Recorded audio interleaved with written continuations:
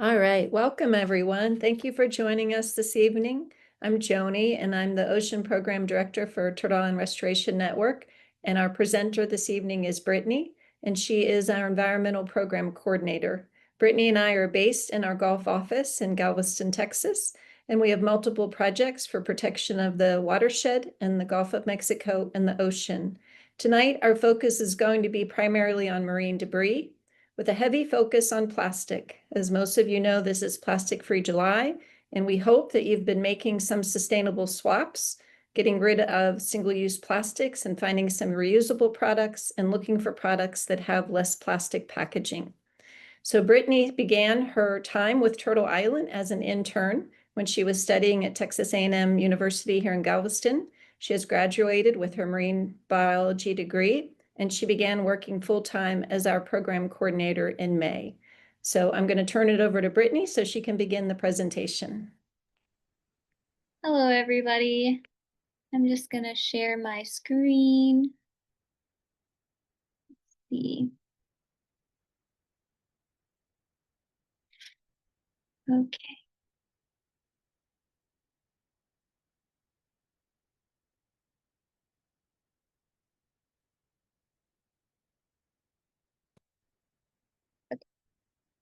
Are y'all seeing the presenter view or the presentation view? I think that's the, oops, no. I see where it says slide 1 of 23. Oh, okay. Let me try again. Let's see. Okay, one moment. This.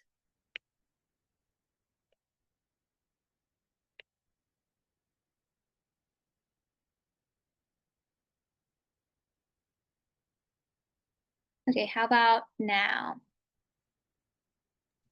It's still the same, Brittany. What I had to do previously is have it running in. Do you have it open? And there you go. Perfect. Okay, awesome. Okay, thank you all for your patience. Let's get started. So going into a little bit about Turtle Island Restoration Network, we're a nonprofit conservation and advocacy organization, and our mission is to mobilize people in local communities and around the world to protect marine wildlife in the oceans and inland watersheds that sustain them. And our work is buoyed by thousands of supporters, volunteers, and pro bono professionals who help us extend our network around the globe. So we accomplish our mission through grassroots empowerment, consumer action, strategic litigation, hands-on restoration, environmental education, and promoting sustainable local, national, and international marine policies. In these images, you see a few of our locations here.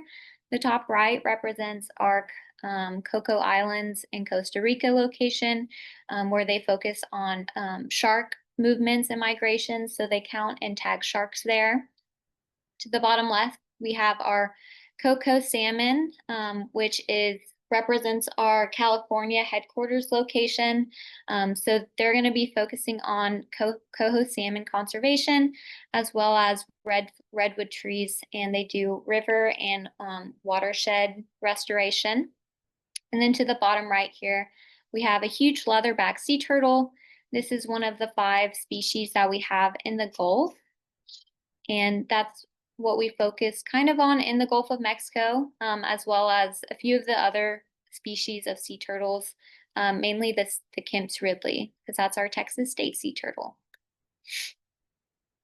Okay, so going into a little bit of the background of plastic, the first fully synthetic plastic was called Bakelite, and it was created in 1907. This innovation marked the beginning of industrial plastic production. Bakelite was widely used in various applications, including radios, telephones, jewelry, and electrical components, before being largely replaced by newer plastics in 1920 and 1930. So this marketed several key plastics that emerged that are still widely used today. Some of those including polystyrene, which are used in styrofoam and disposable cutlery, vinyl, also known as PVC, which are used for records and pipes, polyethylene, now the most common typed plastic, is found in bags, bottles, and containers. Nylon, originally used in stockings, and then Teflon, which was first developed for the military, but now it's used in nonstick cookware. Next, we have the 1940s, where World War II significantly accelerated plastic production and manufacturing. Synthetic materials were replaced with natural ones due to advancements in technology. Nylon was used in parachutes, ropes, and armor, while plexiglass became a lightweight alternative to glass for aircrafts. In the US, plastic production grew by 300% during the war. After the war in the 1950s, we see a transition away from military use to everyday plastics. The 1950s saw the rise of the throwaway culture.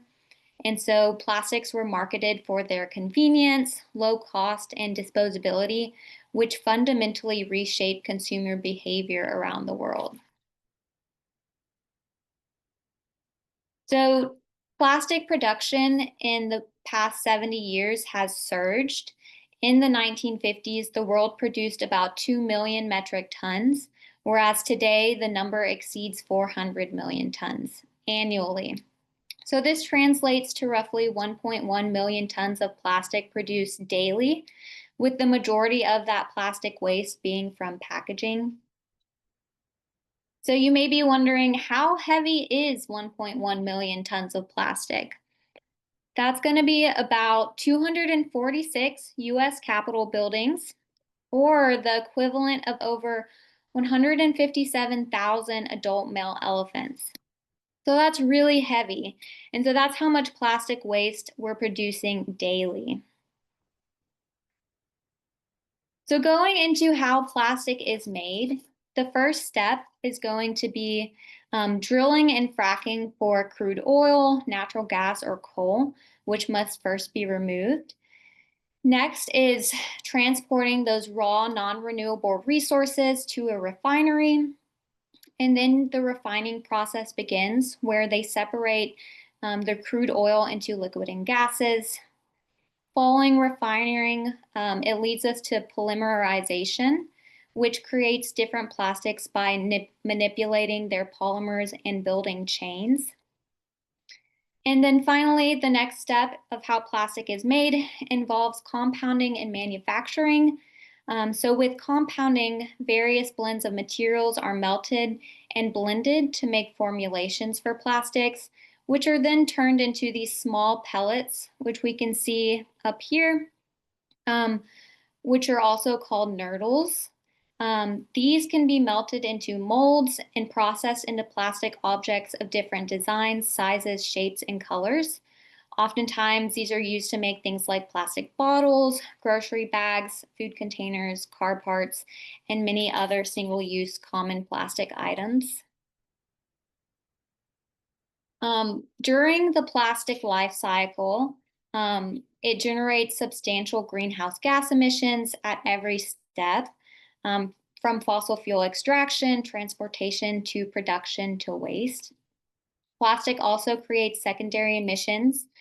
For every disposable product thrown away, its replacement creates another carbon footprint. And then plastic is being converted back into fossil fuels for burning, which represents an entirely new climate threat, marketed as so-called chemical recycling or advanced recycling.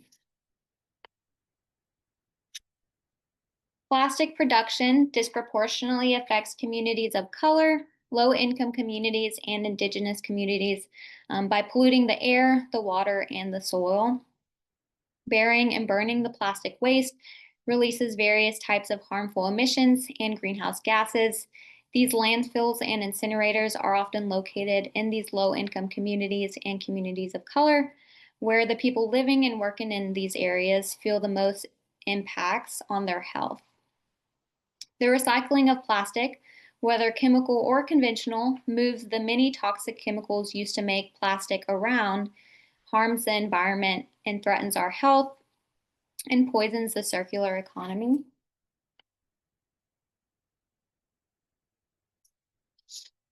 So this top left image looks like Galveston beaches after a busy holiday weekend. Oftentimes we can find hundreds of thousands of pounds of trash that are left on our beaches. And this is in addition to the debris that flows into the Gulf from our watershed and our currents. Because plastics photodegrade, which is seen in this right image, they just get smaller and smaller and turn into microplastics. And studies are showing that microplastics are found in just about everything.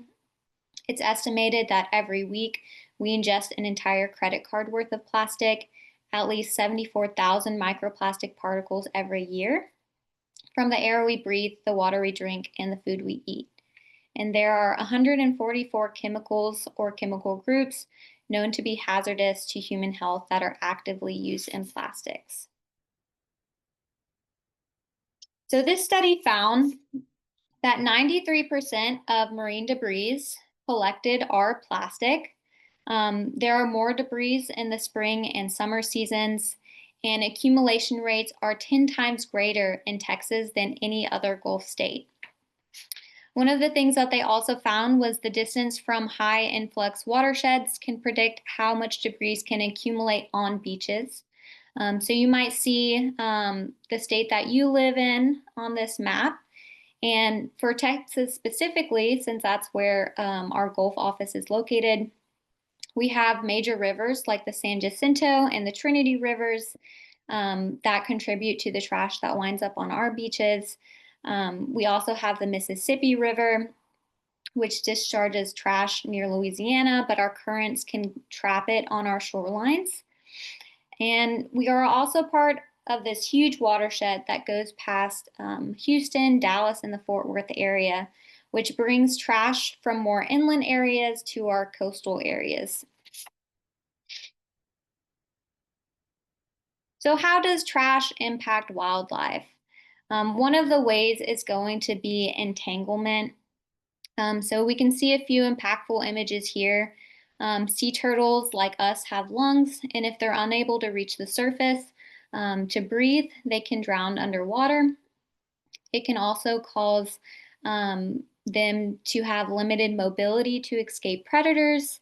It's going to decrease their foraging efficiency, so they're not going to be able to move around and eat as many things. It can also cause amputations. So they can get stuck in the plastic, fishing line, and fishing ropes. Another way that turtles are impacted in other wildlife is through ingestion. So this image to the bottom right shows a jellyfish in a plastic bag. And so it's a really common example. We can see the difference, but a turtle does not see the difference. Oftentimes with floating plastic debris in the ocean, they can start to accumulate living organisms, which is called biofouling. So that plastic really starts to look and sort of smell like one of their natural food sources. So even if the turtle or marine wildlife is able to pass that piece of plastic, oftentimes those toxins and chemicals stay behind in their bodies. And so this accumulation of toxins is known as bioaccumulation and biomagnification and can affect individuals and entire food webs. So this first top image here, bioaccumulation, refers to the process where toxins accumulate in an organism's body tissues over time.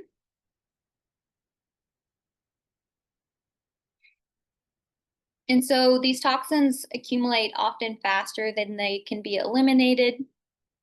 And then we have biomagnification at the bottom, where their concentration increases as they move up the food chain, potentially reaching harmful levels in top predators like humans like us. So this example shows a polar bear, but they're eating all of these things in the food chain that are also getting those toxins inside of them. So it really starts to biomagnify up that chain.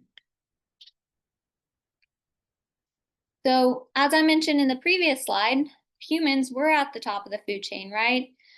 So there's a lot of human health concerns. So petrochemical plastic production and chemical recycling facilities release harmful air and water pollution that can cause increased instances of asthma, cancers, endocrine disruptions, and developmental disorders and heart diseases.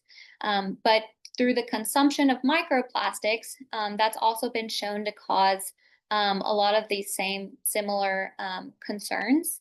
So transitioning off of fossil fuels only to replace that demand with more fossil-based plastic production, it's not a sustainable solution, and it will continue to perpetuate existing climate and environmental justice impacts. So what is Turn doing to address all of these plastic impacts and all of these fossil fuel impacts? Here in the Gulf of Mexico, we focus largely on conservation for our endangered species of sea turtles and other wildlife found here, fighting against pollution and the symptoms and root causes of climate change that affect them. We have many marine debris removal programs, such as marine debris surveys, beach cleanups, microplastic research, nurdle patrols, and campaigns to fight against single-use plastics like straws and bags. We have also been successful in passing a bill in Galveston to ban the intentional balloon releases, and we're working to get a statewide ban in place. We're very involved in the fight against coastal development, plastic production, and chemical recycling in the fossil fuel industry for the damages and impact they cause to our environment and health. So these are some of our programs in action. We have our cigarette butt program on the top left, where we partner with the Surfrider Foundation. Each cigarette butt contains a little plastic filter inside that can be recycled. So we collect those. To that middle top image, you can see one of the cigarette butt cans there, as well as one of our fishing line tubes, collection tubes that we have on each of the piers. And that's where we collect fishing line that we can send to an organization that will recycle it. On the bottom left, we have our interns that help with microplastics research. We have 6 different locations around Galveston where we take sand and water samples, and we filter those and we count the microplastics. And then in the middle to the bottom, we have some balloons, which represents our balloon busting crew on Facebook. And by monitoring and taking photos of balloons that we find on our beaches, it'll helpfully support a statewide ban of intentional balloon release. And then to the right on the bottom, we can see a picture of some of the trash we found from a beach cleanup. You can see there's a lot of single-use plastic items in there.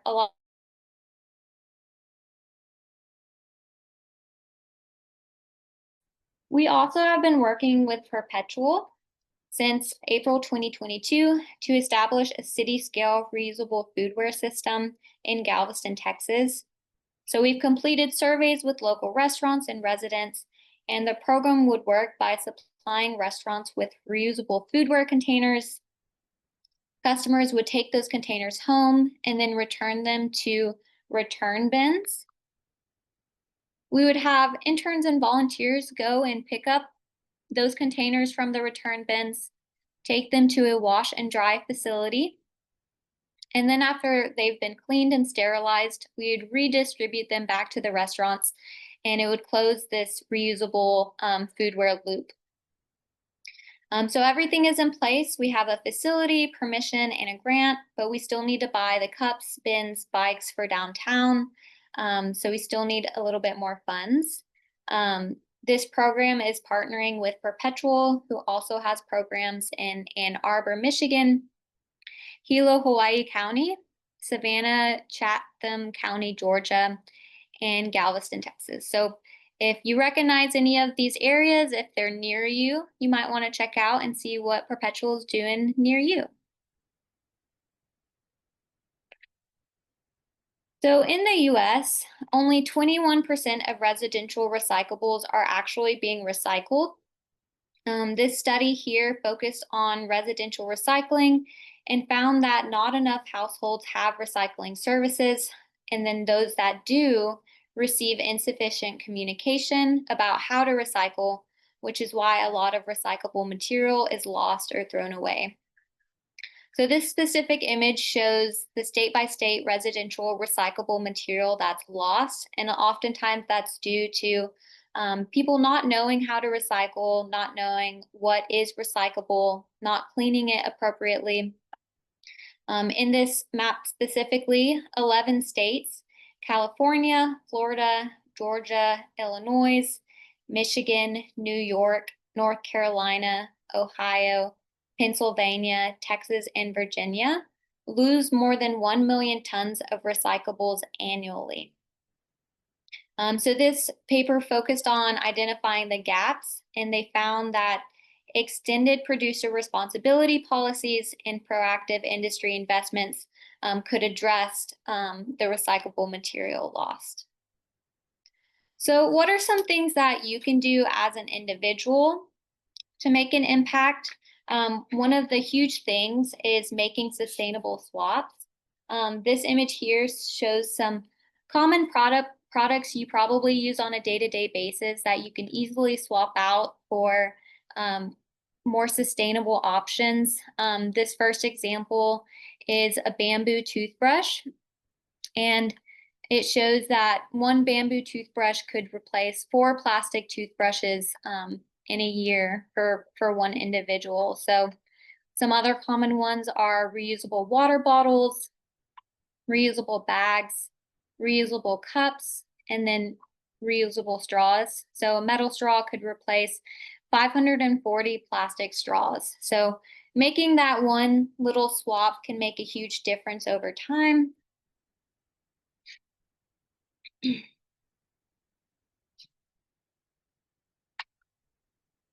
And so this quote is really impactful. It's only one straw, said 8 billion people. So it kind of just gives that main idea that one straw per person is going to make a huge difference over time. So making that easy, sustainable swap can make a really big difference. These are some other common sustainable swaps. We have reusable cutlery here, like your forks. You can swap those for reusable wood or bamboo cutlery. You can carry these around in your purse or your bag. That's something I do occasionally. And then you have reusable bags for your vegetables when you go grocery shopping. When you go to the local coffee shop, maybe just, take a reusable cup with you. Taking reusable bags when you go grocery shopping for all of your groceries. Using a reusable water bottle instead of a plastic single-use water bottle.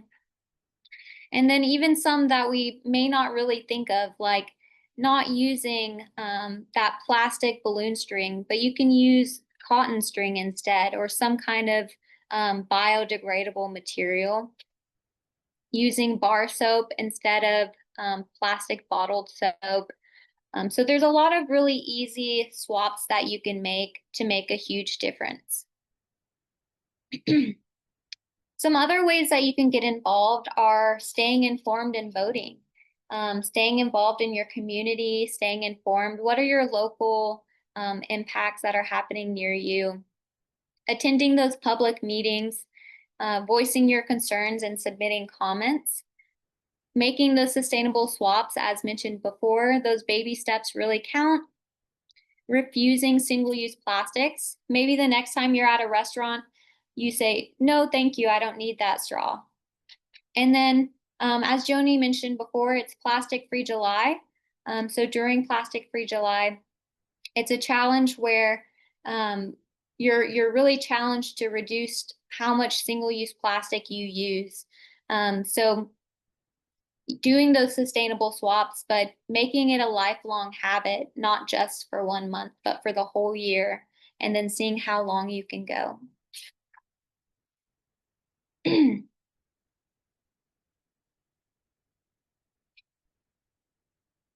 So this study shows that 11 states in the US have enacted legislation to ban plastic bags. And there are preemptions in 19 states that have prohibited local governments from regulating plastic bags.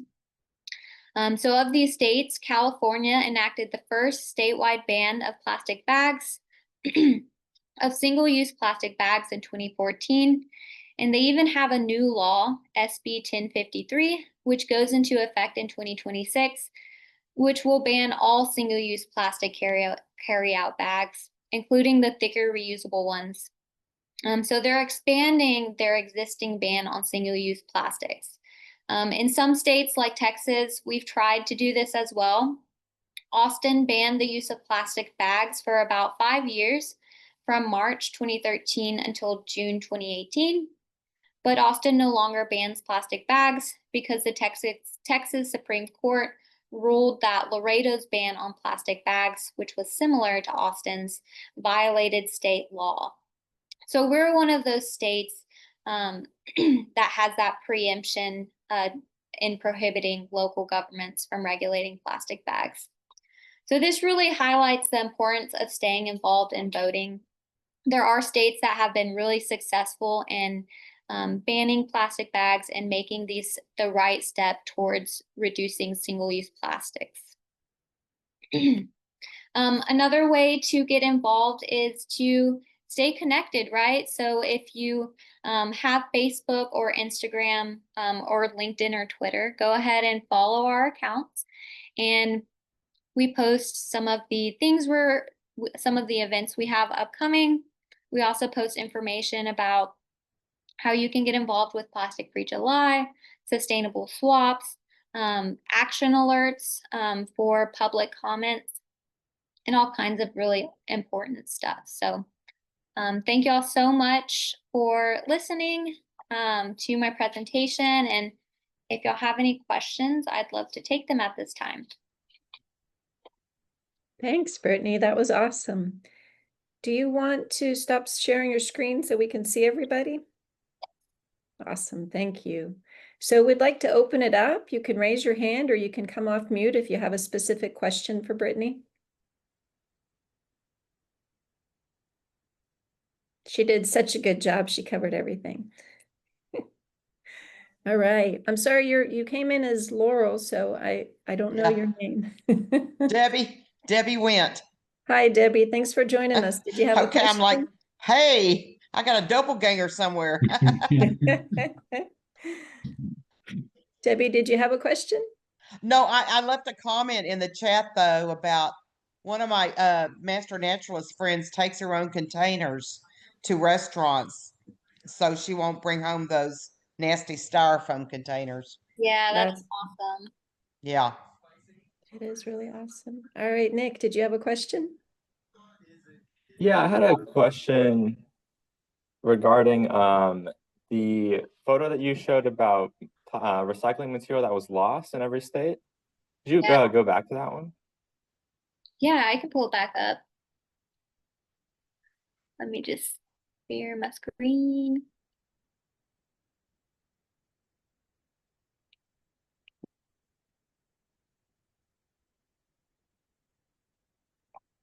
Yeah. So is this showing recycling material lost? Does recycling material mean every type of recycling material, or does it just talking about plastics? Do you know? It's talking about every recyclable material. Okay. Yeah. I gotcha.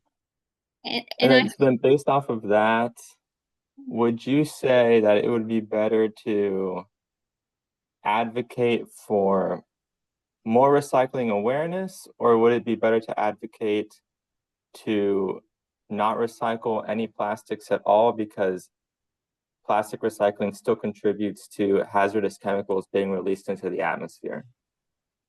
Yeah, that's an awesome question. And I think there's no right answer. So I think that, we do raise awareness for the right way to recycle. There are right ways. It is easier for some people to recycle than others. You do have to clean all the products.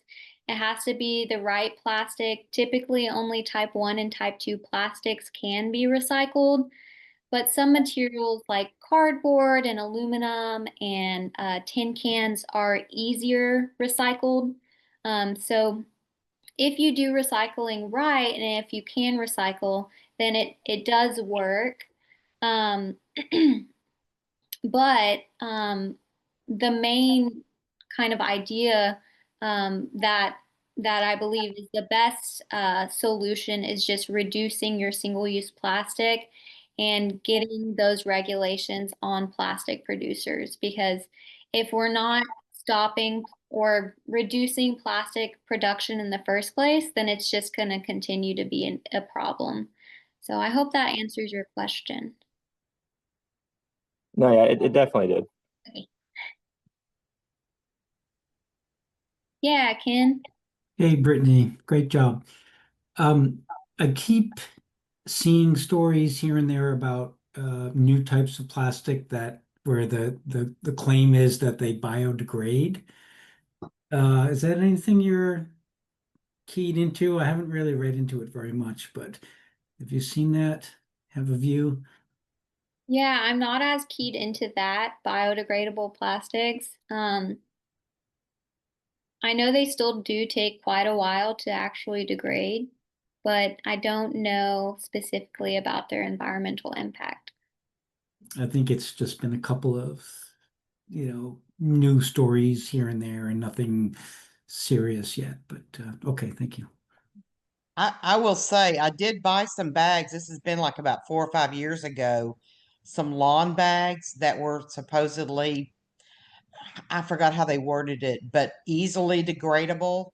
Well, they were too easy because as I was putting weeds in there, they were already separating Yeah, and coming apart, yeah, So sadly, yeah, I thought that was a great idea, but maybe they've improved since then.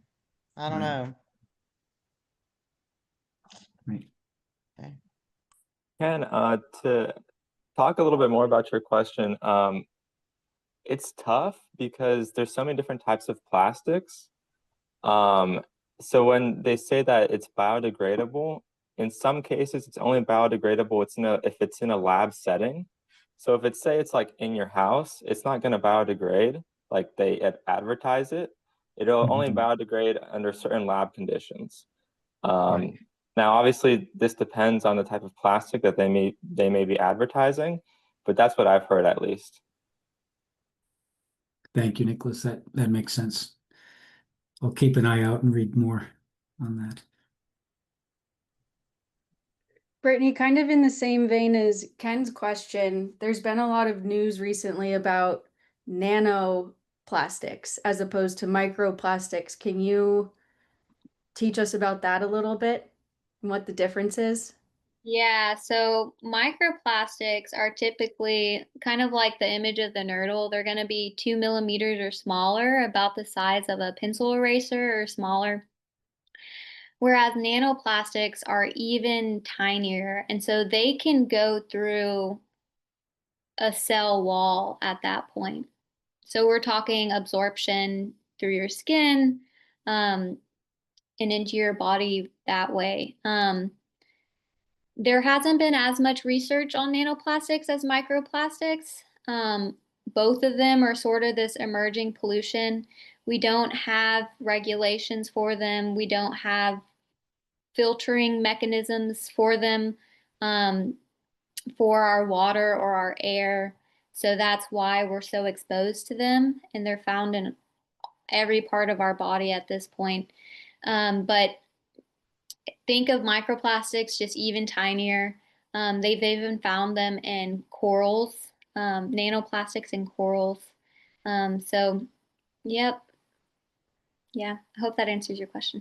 It does. It's something that was super surprising to me. Was a couple years ago, I understood that the your washing machine actually with the water filters out different particles from your clothing. So if you're wearing something that's like a legging or workout clothes that have all of the microplastics, then that's usually going to our waterways as well. So they have made things like laundry bags, almost like delicate bags, where they claim that the microplastics don't get through. But I wonder if seems like with the nanoplastic problem is going to be completely different. Yeah, that's going to be even more challenging to filter. Definitely. Absolutely. So, Brittany, there's always the prediction that production will double in the next 5 years by 2030. And there's a statement that many people have probably heard comparing how many pieces of plastic in the ocean will be larger than the number of fish in the ocean.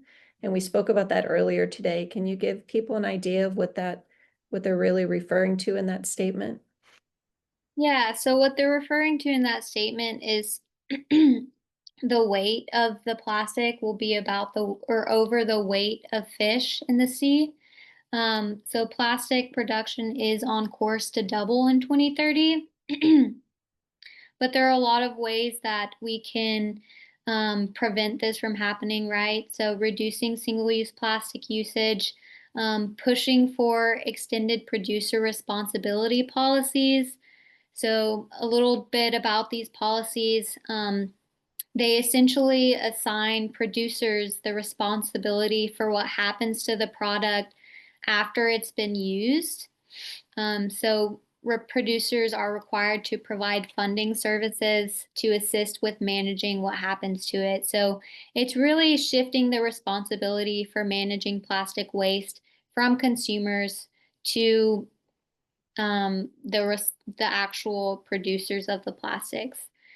So bills to create these extended producer responsibility programs for packaging have been introduced at the state and federal level.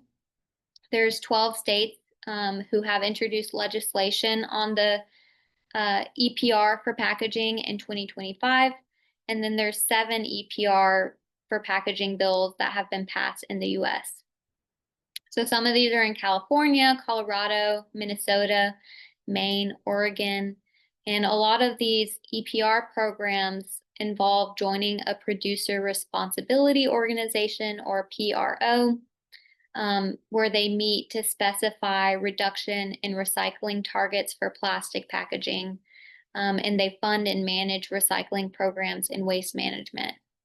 So pushing for these EPR policies would hopefully put more pressure on plastic production organizations to reduce the plastic they're creating and then find solutions for what happens for that plastic after it's used. So those are some ways we can hopefully prevent so much plastic from that statistic. Yeah. Excellent. Well, referring back to the slide that Nicholas asked about, how can people be certain that they're doing a better job recycling in their community? What are some suggestions that you could give our participants this evening? Yeah. Check locally on your city or your county website on what is accepted for recycling in your area. You can also find a lot of common websites like earth911.com, and it allows you to search for recycling centers by zip code and material type, and it provides guidance on how to recycle. Like I mentioned previously, most facilities will take type 1 and type 2 plastics, and everything needs to be thoroughly cleaned before taking them to the recycling facility. So just contacting your local waste management authorities or calling and emailing them if you have specific questions about what's recyclable is a really good start to figuring out what's recyclable and what's not in your area. Does anybody else have any other questions?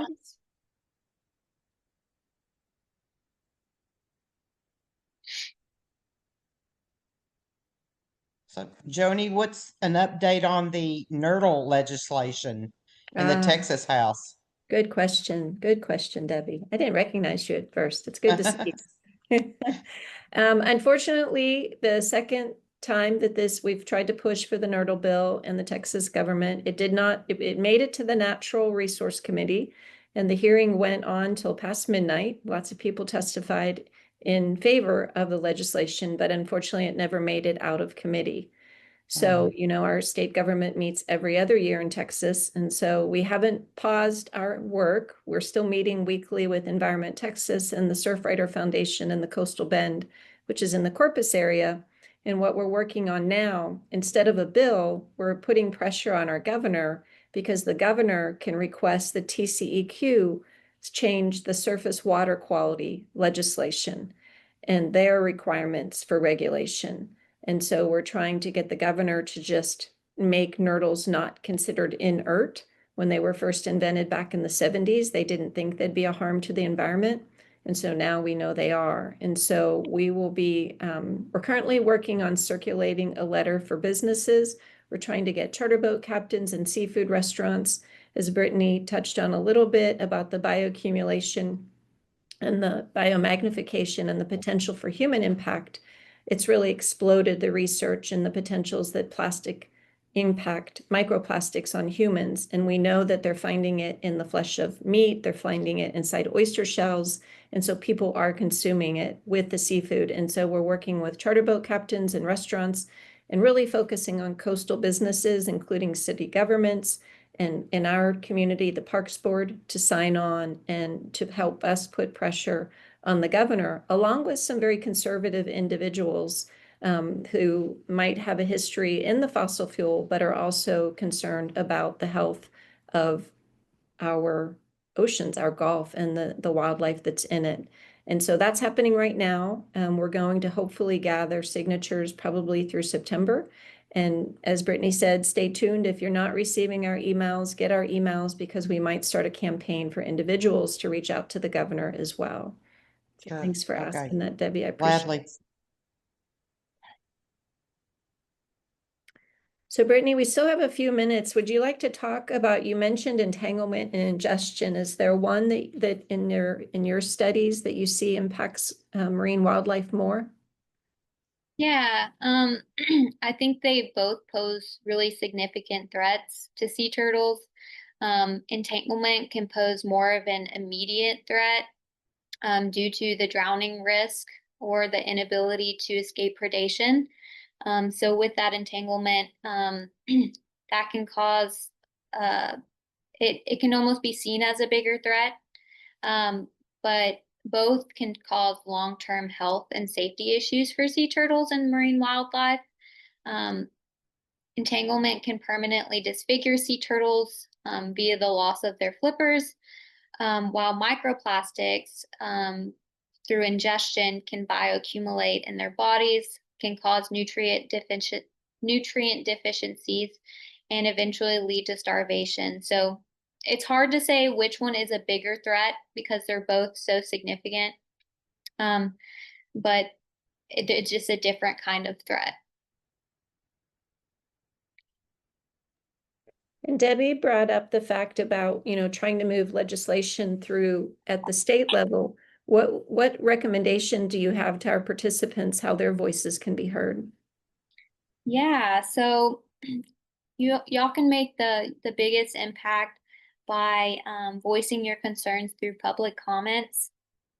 So that's a really easy way to get involved, either by submitting those online or in person. You can also join and sign petitions. Um, Education and outreach, talking to your friends, gaining interest in what you're fighting for, to really inspire change, and getting involved in those those policy changes. And then conducting your own monitoring and research. So the Nerdle Patrol app is an app you can download on your phone, and then you can go and do your own Nerdle patrols individually or with your friends.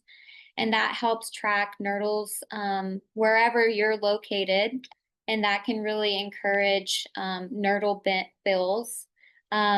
We also have a marine debris tracker app that you can use as well to track what kinds of trash you're finding, on a beach near you, or if you visit a beach, you can use that app as well while you're cleaning up the trash. And that'll hopefully support some bills against either plastic bags or plastic production. So there's a lot of ways you can get involved as an individual. Okay. And Joni, I also want to mention, it looks like on the surface anyway, that we're seeing fewer and fewer balloon releases. I luckily Channel 13 has not advertised any actual, it's usually after the death of a child most of the time in Houston that we've seen these large balloon releases and whatever.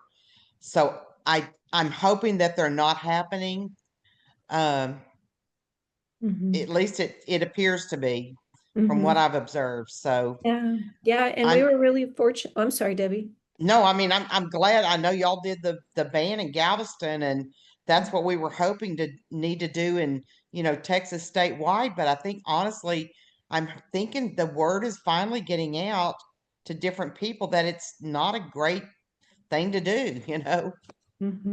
Absolutely. Along with many of our partners, we're spreading the word about the potential impacts, not just to marine wildlife, but we successfully passed the ban in Galveston because we have a small airport. And so small planes and helicopters come in and out. And we talked to air traffic controllers, and they said that when there's a balloon area, when there's balloons in the area, they let the pilots know because it could be fatal for the crafts, the propellers and the interaction with the ribbons and the balloons. And they also get entangled in power lines and stop power outages. And so we did a lot of research and took information to our city council and city manager and city attorney, and were successful in getting them to draft and pass that ban.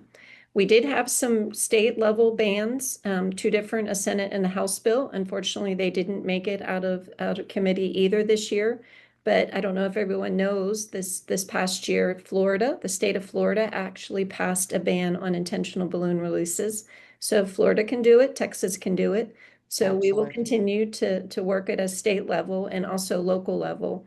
We tried really hard to get it banned in Houston. We thought that would make some noise if a city the size of Houston did it, but their city government, the agenda is controlled by the mayor, so we weren't able to successfully convince the mayor to put that on the agenda, but we will continue to try to move that forward. Okay. So we do have a few more minutes. Does anybody have any other questions or comments? I have a little something to add. There's this quote by a wonderful marine biologist that always sticks with me, that climate solutions aren't a sacrifice, they're an upgrade. And I think that that really pertains to what we're talking about too with Plastic Free July, and just making sure that you're making a better impact for the plastic crisis and many different across the climate board. But one thing that I like to always mention is that you don't have to go out and spend a bunch of money to immediately make all of these swaps. It's really easy to, when you run out of your shampoo, the next time you have to buy a shampoo bottle, opt for a shampoo bar or opt for a glass bottle and go to a bulk store. So it's not a huge financial investment, and actually over time it does shake out to be much better in the long run to be sustainable.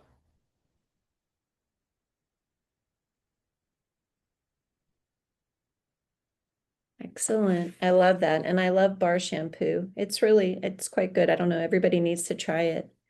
So Brittany, one last question for me. What kind of products do you recommend people try to make the swap? Laurel had a good one going from a plastic bottle shampoo to, we have 2 reusable food stores on the island.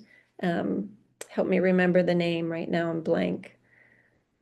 Oh, that's Sunset Refillery. Sunset Refillery on the island. And so you can take your reusable container in and get everything from shampoo to laundry soap, multiple other ways. And those bars, the shampoo bars, again, if you haven't tried them, they're really awesome. So Brittany, any suggestions on other easy swaps?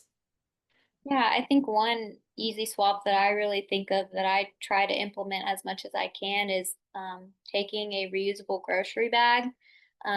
We go grocery shopping sometimes once a week. We try not to, but it really does help prevent using so many single-use plastic bags.